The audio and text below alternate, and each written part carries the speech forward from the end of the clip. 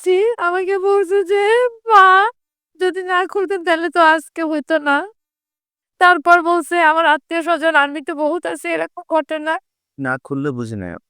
আমার পা হাত যদি না জোড়া যদি না খুলতাম তাহলে সেই লোকে বদমাইশি করতে আমার সাথে পারত না বা খারাপ কোনো কাজ। আপনার স্বামীর সাথে সম্পর্ক কত বছরের? তার সাথে ঠিকমতো হয় কিনা?" বাট এই স্বাধীন দেশে আ আমার মনে হয় আ যা ঘটেছে সেটা আ কল্পনার অতীত। এটা খুব খারাপ পরিস্থিতিতেও দেশে কখনো ঘটেছে কিনা আমাদের জানা নেই।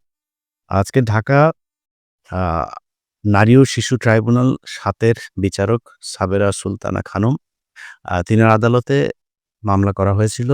আপনার যেই ভুক্তভোগী নারী আপনারা জানেন, গত ২-৩ দিন আগে আমি আমার YouTube চ্যানেলে একটি ভিডিও দিয়েছিলাম। একজন ব্রিগেডিয়ার জেনারেল কর্তৃক ধর্ষণের শিকার হয়েছিলেন। সেই মেজরের স্ত্রী তিনি আজকে মামলাটি করেছিলেন এবং মামলাটি দায়েরের পর বাদীর অ্যা সাক্ষ্য গ্রহণ করা হয়। বাদীর বক্তব্য নেয়ার পরে বিচারক সেটি খারিজ করে দেন। এবং শুধু খারিজ করে দেয়া পর্যন্ত সীমাবদ্ধ থাকলে হয়তো আমরা আজকের এই অ্যা আ লাইভ অনুষ্ঠানটি করতে হতো কিনা জানি না। সেখানে যেসব বক্তব্য, যেসব কথাবার্তা বলা হয়েছে একজন মেজরের স্ত্রী, তিনি তিনি তো আ মানে না খেয়ে থাকেন না। তিনি রাস্তাঘাট থেকে উঠে আসেন নাই।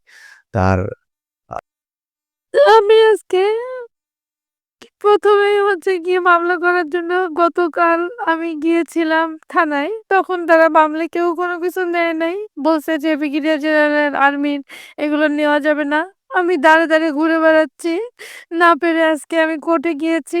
কোর্টে যাওয়ার পরে আমি যখন মামলা দায়ের করতে গেছি, উনি আমাকে মামলা নেওয়া তো দূরের কথা, আমার পুরো কোনো কথা না শুনেই ফার্স্ট এসে শুরু করে দিছে আর্মি থেকে একটা সুতা পড়লে সেটা জানতে পারে। এই সমস্ত মিথ্যা বানোয়াট কথা পাইছেন কোথা থেকে? তারপর আমার বডি শেপিং, চেহারা দেখে তো মনে হয় না এটা হইতে পারে। তারপর খুবই একটা মানে এমন একটা অশ্রাব্য ভাষা ইউজ করছে যেটা আমি বলতে পারতেছি না। বলছে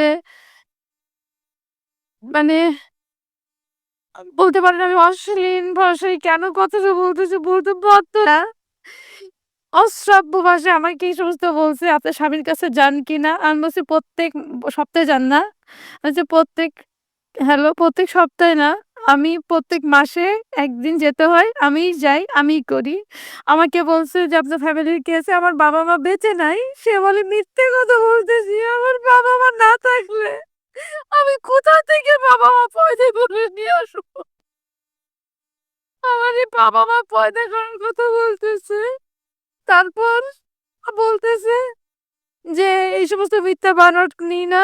কাগজ আমি দেখাচ্ছি আমার হাসব্যান্ডে দেখেন আমাকে কতটুকু ভালোবাসে সেটা বলে কি এই সমস্ত নাটক বাদ দেন। এই সমস্ত যদি ভালোবাসাই থাকতো তাহলে আর এগুলো করতে পারতেন না। আমাদেরও স্বামী আছে আমরা অনেক কিছু বুঝি। এই সমস্ত ফালতু কথা বাদ দেন।" বলে আমার কাগজটাও দেখার চেষ্টা করে নাই ওইখানে। তারপর আমি বললাম যে, "আমার সাথে এগুলো অন্যায় হইছে।" উনি বলে, "কোনো অন্যায়-টন্যায় কিছু হয় নাই।" হঠাৎ করে লিখলো, লিখার পর জানাতে এবার চলে যান। কোনো কথা, কোনো কিছু শোনার চেষ্টা করল না। কোনো কিছু বোঝার চেষ্টা করল না। সে আমাকে বাইরে পাঠিয়ে দিল। বলল, "হিয়ারিং এ রাখতেছি।" কিন্তু কোনো কিছু করার পরে সে আমাকে রিজেক্ট করে দিল। কারণ কি? ওইখানে ডিজিএফ এর লোক, অন্য লোক চলে গেছে বলে আমি সঠিক সুষ্ঠু বিচার পেলাম না। আমাকে আমি তো ভিকটিম। কিন্তু ক্রিমিনাল আজকে আমাকে বিকালবেলা মেসেজ পাঠায় আমার মেয়ে দিয়ে যে সে তাকে দিয়ে ভালো থাকো। এই যে এই সমস্ত কথাবার্তার এই যে কাজ, তার বউ গতকালকে তার বউ না সে ফোন করছে আমি জানি না। আমি নাম্বারটা পাঠিয়েছি আপনাদেরকে ইতিমধ্যে। আমাকে বলছে, "তুমি কি চাও? কি লাগবে?" লুক্রেটিভ অফার দিচ্ছে। তারপর আমাকে ফোন করছে, আমি ফোন রিসিভ করি নাই। বিভিন্ন নাম্বার থেকে আমাকে ফোন করে অশ্রাব্য ভাষায় গালিগালাজ চলতেছে। আমি না খেয়ে আছি। ইভেন আমি আমার বাসায় একটা লোক, কাজের লোক যে হেল্পিং হ্যান্ড যে থাকবে তাকে পর্যন্ত আসা বন্ধ করে দিছে। আমাকে একটা সৈনিক একটা আসতো মাঝেমধ্যে যে আমাকে একটু খাবারটা এনে দিত। আমার গায়ে জ্বর পুড়ে যাচ্ছি, না খেয়ে আছি। আমি বাজারে যাবো বা নিচে নামবো, যে লুক মানুষজন দিচ্ছে, আমাকে আত্মহত্যা করা ছাড়া আর রাস্তায় কোনো পথ রাখতেছে না তারা আমার সাথে। তারা মেন্টালি ভাবে ট্রমাটাইজ করে আমাকে পুরো একটি ঘরের মধ্যে বাসার মধ্যে রাখছে। আমি যে নিজেতে কোনো কিছু করবো সে অবস্থার মধ্যে নাই। অলরেডি একটু আগে কিছুক্ষণ আগে ডেকে আমাকে দিয়ে সাইন করালো। বলল যে, "আপনার সাথে ভালো সম্পর্ক" হ্যান-ত্যান অনেক কিছু বুঝাইলো। সেখানে পুরো এক্সপ্লেইন করে দিয়ে আসলাম তাদের সাথে আমি। আমি বললাম, "আমার একটা প্রেশার ওষুধ কেনার মতো অবস্থা নেই। আমি হাই ব্লাড প্রেশারে মারা যাচ্ছি। আমার বাসায় কোনো খাবার নেই। আমি সারাদিনে খেতে পারিনি। বিছানা থেকে উঠে দাঁড়াতে পারতেছি না। আমাকে কি আপনারা একটু সাপোর্ট দিবেন না?" কোনো কথার উত্তর না, "আমরা জানি না।" আমি বললাম, "আপনি কি বোর্ডের কি কোনো একটা মেম্বার না?" সেটা বলে কি, "হ্যাঁ।"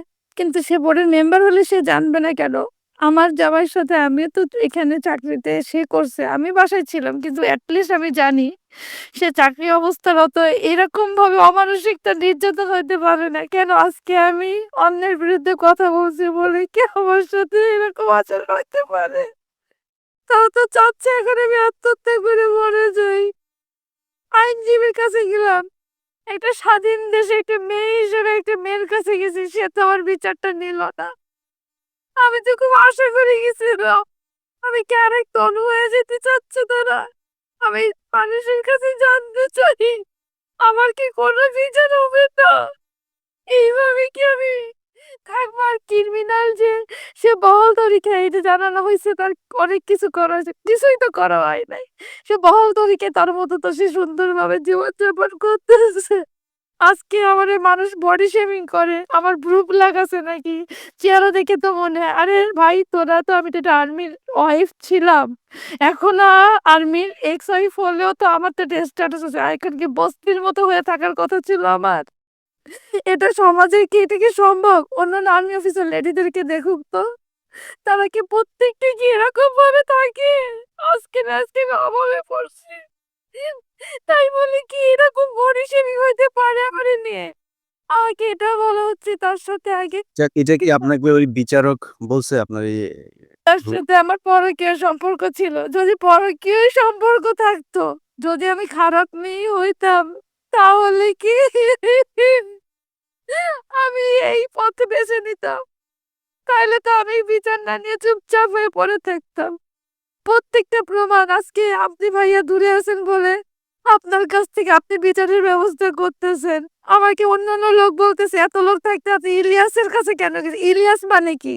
আমি বলছি, যে আমি এটা ডিফাইন করছি। ইলিয়াস মানে কি? উনি আমার ভাইয়া। উনি আজকে যে কাজটা করছে আপনারা দেশের মানুষ হয়তো করলেন না। তারপর আমাকে বলতেছে যে, "আর্মির লোক কেন? আপনি কি মরে গেছে?" আর্মির লোকের কাছে তো গত জুন থেকে আমি দৌড়ায় বেড়াচ্ছি। কেউ তো আমার পিছনে আসে নাই। ওই একমাত্র ব্যক্তি যে আমার ব্যাপারে আমার কাছে ফেরেস্তার মতো মানুষ হয়ে আসছে। যে সারা মানুষের বাংলার মানুষকে জানানোর চেষ্টা করছে। তোরা কোথায়? এখনো পর্যন্ত আমি যে না খেয়ে আছি। আমারে যে বলতেছে আইসব্যাগ থেকে যে আমারে সাহায্য করছে। কি করছে? কি ব্যবস্থা করছে? আশরাফুজ্জামান আশা তো বাসায় বাংলা ভাষা নিয়ে বসে আছে। সে তো খাচ্ছে এই যে জি, আপনি আপনি থাকেন আমাদের সাথে আ আ সুপ্রিম কোর্টের একজন বিজ্ঞ আইনজীবী আছেন এমডি তানভীর আহমেদ। তানভীর ভাই উনার আইনজীবী হিসাবে আজকে আদালতে দাঁড়িয়েছিলেন। আপনি আদালতের চিত্র দেখেছেন। আপনার অনেক সীমাবদ্ধতা আছে বিচারকের ব্যাপারে কথা বলতে গেলে। এটা আমরা জানি। তারপরেও আপনার কাছে একটু জানতে চাই যে আসলে কি হয়েছিল? মানে এই ধরনের মামলায় ধরেন নারী ও শিশু নির্যাতন মামলাগুলো আমরা এটাকে খুব সেনসিটিভ মামলা হিসেবে কনসিডার করি। তো এই ধরনের মামলা আপনার যে ক্যারিয়ার, আপনার এই ক্যারিয়ারে কখনো দেখেছেন যে বিচারক এইভাবে কোনো অ বাদীকে জেরা করে বা কোয়েশ্চেন করে কিংবা তদন্ত না মানে একদম তদন্তই করা যাবে না এটা আ না করে খারিজ করে দিলেন। এটা কি স্বাভাবিক কোনো ঘটনা মনে হয়েছে কিনা আপনার কাছে? জি, ধন্যবাদ। আপনি আমাকে আপনার ইসে ডেকেছেন। আমি মানে আইনের বেশ কিছু কাঠামো একটু বলবো। নারী ও শিশু নির্যাতন দমন ট্রাইব্যুনাল। এইটা কিন্তু শুধুমাত্র স্পেশালি করা নারী এবং শিশুদের জন্য। এবং এখানকার যে কাঠামো সেটা সরকারের যে কাঠামো হওয়া উচিত, এটা খুব সেনসিটিভ জায়গা। আমি সচরাচর জজ কোর্টে খুব কম যাই। আমি ২০০৯ এ এনরোল হয়েছি অ্যাডভোকেট হিসেবে। ১৬-১৭ বছর আমি প্রায় আমার প্র্যাকটিস এর বয়স হবে। তো আমি নারী শিশুর কোর্টে এর আগেও গিয়েছি। কিন্তু আজকের যেই সিচুয়েশনটা দেখেছি এটা আসলে মানে আমি বলব আইনজীবী হিসেবে আমি অনভিপ্রেত সিচুয়েশন। কারণ যখন কোনো ভিকটিম তার নিজের জবানবন্দি দেয়, সেই জবানবন্দিটা কিন্তু ম্যাজিস্ট্রেট বা আদালত যিনি বিচারক থাকেন উনি রেকর্ড করেন, অর্থাৎ লেখেন। লেখার পরে তার সত্যতা যাচাই করে তো আ উনি আ আ মা জজ সাহেব চাইলে ক্লারিফিকেশন এর জন্য অনেক ধরনের কোয়েশ্চেন করতে পারেন। কিন্তু এমন কোনো কোয়েশ্চেন করা যাবে না যে কোয়েশ্চেন গুলো একটা নারীর জন্য অসম্মানজনক। আইনেই বলা হয়েছে যে এমন কোনো কোয়েশ্চেন করা যাবে না যে কোয়েশ্চেনটার করার পরে সে জানি এটাতে আ মানে আরো বেশি ভিক্টিমাইজ হয়। এটা কিন্তু স্পষ্টভাবে আইনেই বলা হয়েছে। তো যেই আ কথাগুলো উনি বললেন, আমরা আইনজীবী হিসেবে যখন আমরা ইয়ে করতে গিয়েছি, তখন বিজ্ঞ আদালত আমাদেরকে বলেছে, "আমি এখন জবানবন্দি নিচ্ছি, আপনি কোনো কথা বলবেন না।" সচরাচর যেটা হয় আসলে বিজ্ঞ আদালত যেটা বলবেন সেটাই আমাদের শুনতে হয়। কিন্তু কোশ্চেন গুলো আসলে ছিল অনভিপ্রেত। আমার কাছে মনে হয়েছে যে এটা আসলে নারী শিশু কোর্টে এই ধরনের কোশ্চেন ভিকটিমকে করা উচিত না। আজকে একটা নিউজ হয়েছে। নিউজটা হয়তো দেখেছেন যে একজন নারী তিনি কিন্তু একজন বিচারকের বিরুদ্ধে ঠিক এই একই ধরনের আচরণের জন্য আ তিনি আ রেজিস্ট্রার বরাবর আ একটা কমপ্লেইন করেছেন। সেটা সেটার পরে যে জিনিসগুলো ঘটেছে আমি এখন একটি পড়বো সেটা হচ্ছে ২৮শে সেপ্টেম্বর ২০২১ এ বাংলাদেশ সুপ্রিম কোর্ট রেজিস্ট্রার বরাবর একটা জিনিস প্রকাশ করা হয়। অর্থাৎ এটা সকল অধীনস্থ আদালতের জন্য মান্যকর। সেটা হচ্ছে অধীনস্থ আদালত জামিনসহ অন্যান্য গুরুত্বপূর্ণ অন্তর্বর্তীকালীন আদেশ ও রায় প্রকাশ আদালতের সংশ্লিষ্ট পক্ষগণ ও তাদের আইনজীবীদের উপস্থিতিতে ঘোষণা করার জন্য মাননীয় হাইকোর্ট বিভাগ কর্তৃক প্রদত্ত নির্দেশনা প্রসঙ্গে। অর্থাৎ যদি এমন কোনো আদেশ হয় যেই আদেশটি খুব গুরুতর এবং যেই আদেশটি দিতে হবে সে যেই প্রকাশ্যে আইনজীবীদের সম্মুখে আমাদের উভয় পক্ষের আ আ যে বক্তব্য সেটা আদালত শুনতে পারেন, ভিকটিমের বক্তব্য শুনতে পারেন। কিন্তু আদালত যখন কোনো গুরুত্বপূর্ণ আদেশ দিবে সেটা কিন্তু উচিত হচ্ছে আদালত উচিত না, সেটা আইনের মধ্যেই বলা হচ্ছে যে সুপ্রিম কোর্ট থেকে বলা হচ্ছে যে ওপেন কোর্টে দিতে হবে। অর্থাৎ সবার সম্মুখে।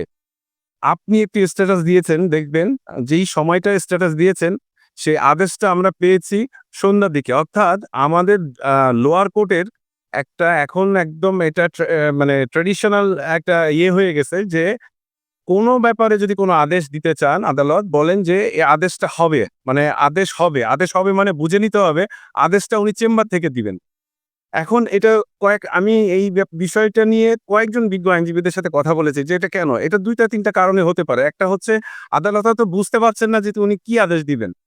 দ্বিতীয় হচ্ছে এটা হইতে পারে অনৈতিক কোনো কারণে। অর্থাৎ আ উনি চিন্তা করছেন যে অনৈতিক কোনো নিবেন। অথবা ৩ নাম্বার হচ্ছে উনি কোনো প্রেশারে আ এই আদেশটা এখন দিতে পারছেন না, পরে দিবেন। তো সেই ক্ষেত্রে দেখা যায় যে আদালত কিন্তু এই আদেশটা পরবর্তীতে অর্থাৎ এই আইনের বাইরে গিয়ে উনি চেম্বারে গিয়ে মানে সচরাচর দিচ্ছেন। তো আপনার এই শোর মাধ্যমে আমি আমাদের যারা মানে এই আইনের যারা দেখভাল করেন, অর্থাৎ এখনো পর্যন্ত আমাদের যেহেতু সচিবালয় আ মানে ইন্ডিপেন্ডেন্ট হয় নাই, তাহলে আইন মন্ত্রণালয়ের দায়িত্বে পড়ে। আইন মন্ত্রণালয় বলব যে এই বিষয়গুলা একটু কড়াভাবে জানি দেখে। কারণ আদালত শুনলেন, শুনে প্রকাশ্যে তার আদেশ দিবেন। এটাই আমাদের প্রাপ্য। আজকের যে বিষয়টা হলো উনার কাছ থেকে শুনলেন, আমাদের কাছে শুনলেন। এরপর আমি জিজ্ঞেস করলাম, "আসলে কি হয়েছে?" বলে, "আদেশ হবে।" আদেশ কখন হবে? এটা তো সুনির্দিষ্ট করে বলতে হবে। আদেশ তো চেম্বার থেকে হতে পারে না। এটা আমাদের দেশে এখন এইটা যারা বেইল কেসে যাচ্ছে, সিভিল মামলার ক্ষেত্রে যাচ্ছে, এই আদেশ হবে বলে উনারা দীর্ঘক্ষণ ভিতর থেকে দেন। এটা অনৈতিক কিছু হতে পারে। ওই যে ৩ টা আমি বললাম। এর মধ্যে হচ্ছে উনি ১ম অর্থাৎ ৩ টার সময় শুনলাম যে উনি এটা পেন্সিল দিয়ে লিখেছেন যে এটা না হয়েছে। আপ আমি ওখানে নিজে ছিলাম না। আমার যে অ্যাসোসিয়েট ছিল উনি উনারা আমাকে জানালো ১ম এ যে এটা না হয়েছে। আচ্ছা ঠিক আছে। এরপরে নাকি অনেক সাংবাদিকরা গিয়েছে আপনার এইটা দেখার পরে।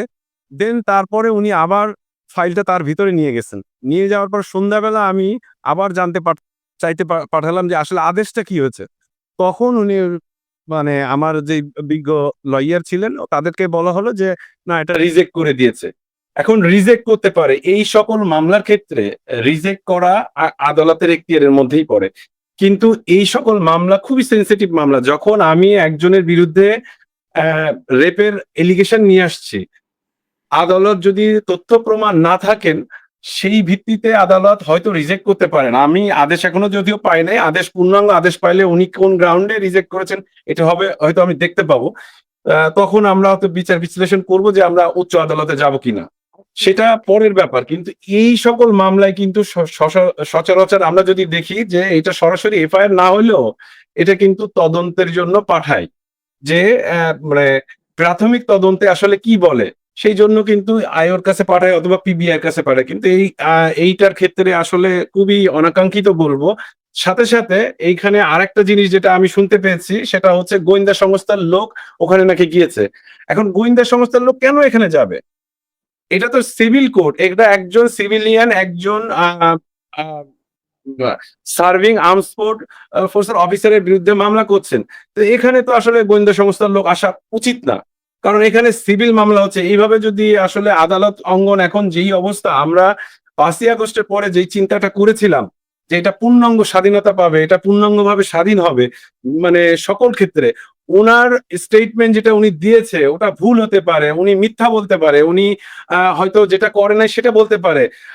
যিনি যার বিরুদ্ধে বলছে তিনি হয়তো সঠিক, কিন্তু সেটা তো তদন্ত করতে হবে। এখন আপনার কাছে গেলাম, আপনি তদন্ত ছাড়াই আপনি একটা লিনিয়েন্ট ভিউ নিয়ে আপনি রিজেক্ট করে দিলেন। এই জিনিসটা আসলে খুবই মানে খারাপ হয়েছে আমার মনে হয়। তো আমরা আদেশটা দেখি যে কি আদেশ দিবে আদালত। নিশ্চয়ই তার পূর্ণাঙ্গ আদেশ আমরা হয়তো কাল পরশু আবেদন করব। আবেদন করার পরে যদি পূর্ণাঙ্গ আদেশে দেখি যে উনি আইনগতভাবে সঠিকভাবে দেন নাই, অথবা আমার যে ক্লায়েন্ট আছে তার কাছ থেকে পরামর্শ করে আমরা একটা উচ্চ আদালতে যাবো এই আদেশের বিরুদ্ধে। আশা করছি। জি। তার আগে আমি য যতটুকু ম্যাডামের সাথে কথা বলেছি যে আমরা যেটা চাই যে ওই বিচারকের বিরুদ্ধে একটা অভিযোগ আ করতে চাই। যে তার যে আচরণ ছিল এই আ মানে কি বলবো যে বেআইনি যে আচার-আচরণ যে প্রশ্নগুলো তিনি করেছেন সেগুলো একদমই প্রাসঙ্গিক না। এই ধরনের প্রশ্ন তিনি আমার মনে হয় প্রভাবিত হয়ে তারপরে তিনি করেছেন। এবং এটা আমি বলব না যে তাকে ভয় দেখে গোয়েন্দা সংস্থা নরমালি অনেক বিচারকের সাথে কথা হয়। তারা বলেন যে, "ভাই আমাদের চাপ আছে, জামিনটা দিতে পারছি না, জামিন স্টে করা হয়েছে।" এগুলো নিয়ে কথা হয়। কিন্তু কোনো বিচারক এই ধরনের কথা বলা মানে সে সব প্রণোদিত হয়ে তারপরে এই কাজটা করেছেন। তো ওই বিচারক তার নাম বলেছি যে তিনি আ নারী ও শিশু ট্রাইব্যুনাল ৭ এর বিচারক সাবেরা সুলতানা খানম। সাবেরা সুলতানা খানম, আপনাকে একটা কথা বলি, আপনি খুব গুরুত্বপূর্ণ একটা কথা বলেছেন ম্যাডাম। সেটা হচ্ছে যে একজন ধর্ষণ করতে এসেছে, সে যদি পা যদি মানে না ছড়িয়ে দেয় তাহলে ধর্ষণ করবে কিভাবে? আমি আ আল্লাহর কাছে বিচার দিয়ে রাখলাম আপনাকে যেন এরকম রাতের বেলা কোনো একদিন ধর্ষকের সামনে ফেলেন এবং সেদিন আপনি পা ফাঁক করে মানে পা জড়ো করে রাখবেন, আপনাকে যেন ধর্ষণ করতে না পারে। এটা আমরা বাংলাদেশের মানুষ দেখতে চাই কিভাবে সেটা করা হয়। তো এটা আপনি করেছেন। এটা খুব ভাল লেগেছে আপনার এই ইয়েটা। আপনি বিচারক, তো আপনাকে নিয়ে তো কিছু বলাও যাবে না। যাই হোক, আমাদের সাথে যিনি আইনজীবী হিসেবে আছেন তানভীর ভাই। তানভীর ভাই নিজেও একজন ফাইটার। তিনি বিডিআর যে মামলা সেটার সাথেও যুক্ত আছেন। আমি তানভীর ভাইয়ের কাছে অনুরোধ করব যে এই নারীর আ বিচার পাওয়ার জন্য যা করা প্রয়োজন আপনারা করবেন এবং তার পাশে থাকবেন। আর সেনাবাহিনীকে একটা জিনিস বলতে চাই যে আপনারা অনেকেই আ একটা জিনিস শুনেছেন যে তারাও তাদের এই ডিজিএফআই এর যে প্রোপাগান্ডা সেল আছে সেখান থেকে একটা জিনিস বলা হচ্ছে যে এই ভদ্র মহিলা তিনি হচ্ছে চরিত্রহীন। তিনি চরিত্রহীনা, তিনি লোভী, এই ধরনের কথা বলা হয়েছে। আমি একটা জিনিস মনে করিয়ে দেই, এর আগে আমরা সেনাবাহিনীতে এমন অনেক অফিসার যারা মারা গিয়েছেন, গুম হয়েছেন, জেলে গিয়েছেন, তাদের অনেকের স্ত্রীর ব্যাপারে একই ন্যারেটিভ বলতে শুনেছি। একজনের কথা বলি খুব নিকট অতীতে, যিনি পিলখানা হত্যাকাণ্ডে মারা যান, মেজর নূর, তার স্ত্রী যখন কিনা তাকে বলা হয়েছে যে অন্য একটা লাশ তার স্বামী হিসেবে নিয়ে নেওয়ার জন্য। তার স্বামীকে মূলত তুলে নিয়ে গিয়েছিল তাপস। এটা আমার যে অনুসন্ধান সেখানেও দেখিয়েছিলাম। তাপস সবশেষ গাড়িটা যখন পিলখানায় ঢুকায়, তখন বিডিআর এর লোকজন সৈনিকরা এসে বলেছে, "স্যার, স্যার আছেন, স্যারকে আপনারা বাঁচান, স্যারকে নিয়ে যান।" তাপসের গাড়িতে তাকে নিয়ে যাওয়া হয়। তাপস তাকে কোথায় নিয়ে গিয়েছে আমরা সেই খবর এখনো পর্যন্ত জানিনি। অতএব তাপসই বলতে পারবে যে মেজর নূর বেঁচে আছেন না মারা গেছেন। অথচ সেই জিনিসটা যেন সামনে না আসে সেই জন্য সেনাবাহিনী তার স্ত্রীকে বলেন একটা লাশ অন্য একটা লাশ দিয়ে সিভিলিয়ানের লাশ দিয়ে বলেন যে এটা আপনার স্বামী বলেন বুঝে পেয়েছেন, আপনি সব টাকা পয়সা ঠিকমতো পাবেন। তিনি সেটা মানেন নাই। এই ঘটনা আরো একজনের সাথে, আরো একজন ক্যাপ্টেনের স্ত্রীর সাথে হয়েছে। তিনি মেনে নিয়েছেন অনেক জোরাজুরির পরে। আমার মনে হয় তিনি ভালো করেছেন। কারণ এই মেজর নূরের স্ত্রী না মানার কারণে তাকেও চরিত্রহীন হতে হয়েছে। তিনিও মাথায় আরেকটা জিনিস বলে মাথায় সমস্যা। উনারও নাকি মাথায় সমস্যা। তো সেনাবাহিনী এসব করে কিন্তু আ ভাইয়া আমার একটা কথা ছিল। জি, আমাদের আর্মির ভিতরে যখন আমরা কোনো কিছু মেনে না নিই, আমার হাসব্যান্ড যখন ওই FGCM হয় তার আগের দিন আমি প্রেশারের ওষুধে হসপিটালে যাই। তারা আমাকে প্রেশার দেখে যে ১৯০ বা 100 উঠে যাচ্ছে আবার নেমে যাচ্ছে যেকোনো মুহূর্তে আমি ব্রেন স্ট্রোক করতে পারি। সেটা সেই হিসেবে ট্রিটমেন্ট ওয়াইজ করে আমাকে আইসিইউতে রেখে সাথে ৫ মিনিটের মধ্যে লগেরিয়ার মধ্যে লগেরিয়া একিউ উনার মাধ্যমে আমাকে চিঠি আদেশ করে জায়গায় বসে লিখে সাইকিয়াট্রিস্ট এ দিয়ে বলায় যে আমি একটা পাগল এবং সাইকো। এই যে সাইকো বানায় দিল, কিছুক্ষণ পর এই যে আজকেও দিল যে আমি মানসিকভাবে ভারসাম্যহীন। তো জি। মানসিকভাবে যাই হোক ভারসাম্যহীন সেনাবাহিনীর ভাইদেরকে বলবো, সেনাবাহিনীতে তো অবশ্যই অনেক ভালো মানুষ আছেন। আমরা তখনই বুঝবো যে ভালো মানুষগুলোর সংখ্যা বেশি বা আপনাদের নিয়ন্ত্রণে ক্যান্টনমেন্ট আছে যখন এই ধরনের ঘটনা ঘটবে না। আমি এর আগের ভিডিওটি যখন দেখিয়েছিলাম আপনাদেরকে বলেছি যে আমি চেষ্টা করেছিলাম এই নারী যাতে বিচার পায়, আমি ভিডিওটা সামনে আনতে চাইনি। উনি নিজেও জানেন আমি কয়েকদিন পরে তারপরে সেই ভিডিওটা সামনে এনেছি। কিন্তু সেনাবাহিনীর পক্ষ থেকে কোনো সহযোগিতা পাওয়া যায় নাই। আ উপরন্তু আজকে যে ঘটনা ঘটেছে সেটা প্রমাণ করে যে সেনাবাহিনী বিচার চায় না। সেনাবাহিনী তার অপরাধীদেরকে বাঁচাতে চায়। সেটাই তারা আজকে করেছে। অতএব যেই এবং ব্যক্তিরা ভাইয়া সেনাবাহিনীর আরেকটা তারা কিনা জিনিস মনে করেন যে সেনাবাহিনীর আপনাদের অনেক ভালো মানুষ আছেন। ভাই আমরাও জানি আপনারা আছেন। আপনারা না থাকলে এই দেশটা থাকবে না। সো আপনাদেরকে এই ক্রিমিনালদেরকে ক্যান্টনমেন্ট থেকে বের করতে হবে। এইটা পরিষ্কার না করতে পারলে সেনাবাহিনীর যেই সুনাম এটা আমি মনে করি আমরা চাইলেও মানে অক্ষুণ্ণ রাখা তো দূরের কথা, এটার কোনো অস্তিত্ব থাকবে বলে আমার মনে হয় না। আপনাদেরকে ঠিক মানুষ ঘুষখোরদেরকে যেভাবে ঘৃণা করে, লম্পটদেরকে যেভাবে ঘৃণা করে, আপনাদেরকে ঠিক একইভাবে ঘৃণা করবে। এখন সিদ্ধান্ত আসলে আপনাদেরই। জি, ম্যাডাম আপনি কিছু বলছিলেন?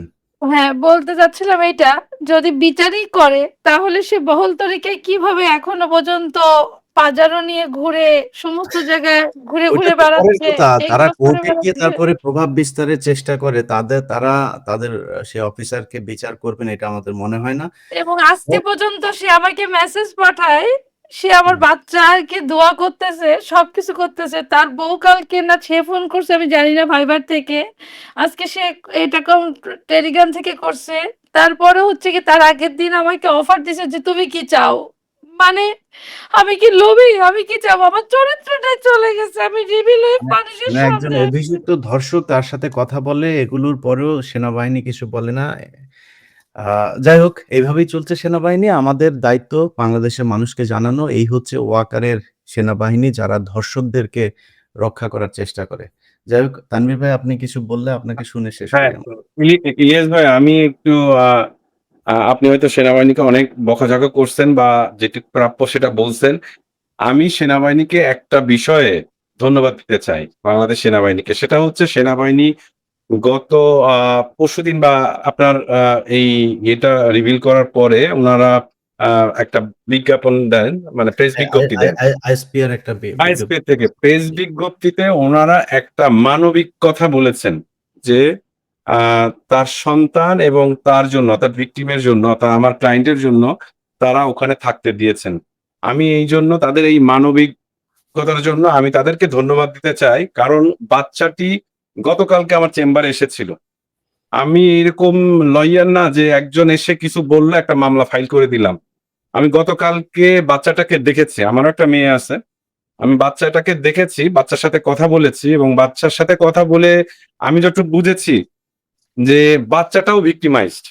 হ্যাঁ? একটা বাচ্চা আপনারা চিন্তা করেন, আপনারা যারা সেনাবাহিনীতে আছেন, আপনাদের কথা বলবো। এই লোকটা অর্থাৎ বাচ্চার বাবা যে মুরাদ, সে তো ২৪ বছরের মতো হয়তো আপনাদের সার্ভিস দিয়েছে।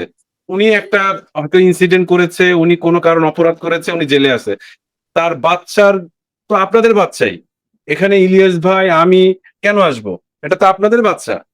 সো এই বাচ্চাটার দিকে তাকাই হলেও মানবিক কারণে আপনারা দয়া করে উনাদের যেই মানবিক কথা দেখিয়েছেন তাদের বাসা এবং বাসার উনি যেটা বলছেন যে বাসার কাজের বুয়া ঢুকতে দেওয়া হচ্ছে না, যদি এরকম কোনো কিছু হয়ে থাকে আমি দয়া করে বলবো মানবিক কারণে ওই বাচ্চার দিকে তাকায়, আমি ভিকটিমের কথাও বলছি না, বাচ্চার দিকে তাকায় আপনারা দয়া করে উনাদেরকে ট্রমাটাইজ যাতে না হয়, কারণ বাচ্চাটা পুরোটাই ট্রমাটাইজ, সে পড়ালেখা করছে না। আমি কালকে তার সাথে অনেকক্ষণ কথা বলেছি, সে আমার চেম্বারে আসছিল, সে পুরোটাই ট্রমাটাইজ, সে মানে ফোপায় ফোপায় কাঁদছে, কিছুক্ষণ পর পর আবার কথা বলছে।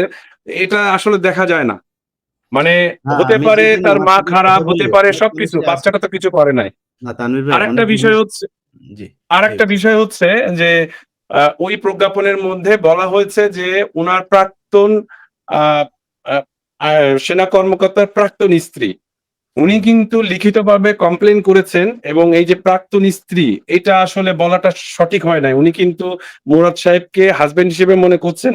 যদি এটা আইনগত জটিলতা থেকে থাকে তাহলে তো বলতে হবে যে উনি আয়দা আশা সাহেবের ওয়াইফ অথবা মুরাদ সাহেবের ওয়াইফ, উনাকে প্রাক্তন স্ত্রী বলাটা আমার মনে হয় যে এই জায়গাটা একটু কারেকশনের দরকার আছে। ধন্যবাদ ইলিয়াস ভাই আপনি আমাকে ডাকার জন্য। হুম, আর এটা আইনগত প্রক্রিয়া আমি চলতে থাকবে ইনশাল্লাহ। হুম। তানভীর ভাই যেই কথাটা আপনি বললেন না, আমি ১ম যেদিন উনার সাথে উনি আমাকে জানান যে এই বিষয়ে, আমি এই মানে অনেকেই তো ধর্ষণের এরকম মিথ্যা অভিযোগও করেন। তো আমি হঠাৎ করেই আ উনার উনার মেয়েটাও পাশে ছিল। সে তখন ওই মেয়েটা তখন কান্না করতে, করতে উনি যখন বলছিলেন যে অন্য রুমে নিয়ে তারপর উনাকে জোর করে ধর্ষণের চেষ্টা করছিলেন। ওই সময় উনার মেয়ে দৌড়ে গিয়ে দরজার ধাক্কা দিয়ে তারপর রুমের ভেতরে ঢুকে তখন হচ্ছে গিয়ে বের হয়ে যায়। এবং উনার মেয়ে কান্না করতে, করতে এই কথাগুলি করছে মানে ফুপাচ্ছিল। আমি যখন কোয়েশ্চেন করলাম, আমি কনফার্ম হইতে চাচ্ছিলাম যে আসলে ঠিক কিনা। তো একজন মেয়ে তো মাকে নিয়ে মিথ্যা কথা বলবে না, তাই না? তো তারা এই আরো এই ধরনের ব্যাপারে এই ধরনের ব্যাপার। আরেক কথা হচ্ছে যে দেখেন আপনি যেটা বললেন আইএসপিআর তো আর এমনি, এমনি করেনি। আইএসপিআর পর্যন্ত তো বা ইলিয়াস হোসাইন পর্যন্ত তো এটা আসার প্রয়োজন ছিল না। যদি ক্যান্টনমেন্টই বিচারটা হতো। তারা মুখে যে কথাটা বলেছে ওয়াকারের ঠিক আ চরিত্রটা হচ্ছে একটা মুনাফেকের চরিত্র। সে আ চোখের সামনে মানুষকে বুঝায় একরকম। সে সারাদিন নাকি নামাজ পড়ে, সে জামাতে লোকজন গেলেই সে জামাতের ইমামতি করতে দাঁড়িয়ে যায়। তার ইমামতি করার খুব শখ। সে ইমামতি করে এমনকি আমি খুব আ দায়িত্বশীল জায়গা থেকে শুনেছি জামায়াতের আমির, তারপরে বিএনপির মহাসচিব সহ অনেকে তার পেছনে দাঁড়িয়ে ৫ তারিখে নামাজ পড়েছেন। তো এই ভন্ড হচ্ছে গিয়ে সামনে, সামনে এক কথা বলেন আর ভেতরে গিয়ে আরেক কথা। তারা যে সুন্দর কথাবার্তা বলেছেন যে তার এই মেয়ে এবং তাকে থাকতে দিয়েছেন, তাদেরকে কিন্তু থাকতে দেওয়া হয় নাই। তাদেরকে থাকতে দিয়েছে এই ব্রিগেডের আশা, তাকে ব্যবহার করেছে, ব্যবহার করে তারপরে তার কারণে তাদেরকে থাকতে দেওয়া। তাদের কিন্তু নোটিশ দেওয়া হয়েছিল যে সম্ভবত কত ঘন্টা আগস্ট আপু? পর্যন্ত, জাস্ট আগস্ট পর্যন্ত থাকতে তারপরে পারবো, চলে যাবেন। তারপরে তো চলে সম্ভবত যেতে হবে। ২৫ দিনের একটা আল্টিমেটাম দিয়ে দেওয়া হয়েছিল যে আপনারা চলে যাবেন এখান থেকে। এবং ইভেন আমি আমি এখন বাসাও ভাড়া করে ফেলেছি। আমাকে হুম, যদি ওই যে অ্যাপ্লিকেশন দিছে যে তারা আমাকে এসএসসি পরীক্ষা পর্যন্ত বাচ্চার দিকে মানে মানবিক দিক থেকে তারা রাখছে। আমি অ্যাপ্লিকেশন আমাকে এজি মহোদয়ের মাধ্যমে নিয়ে দিয়েছে। কিন্তু তারা আমাকে কোনোভাবে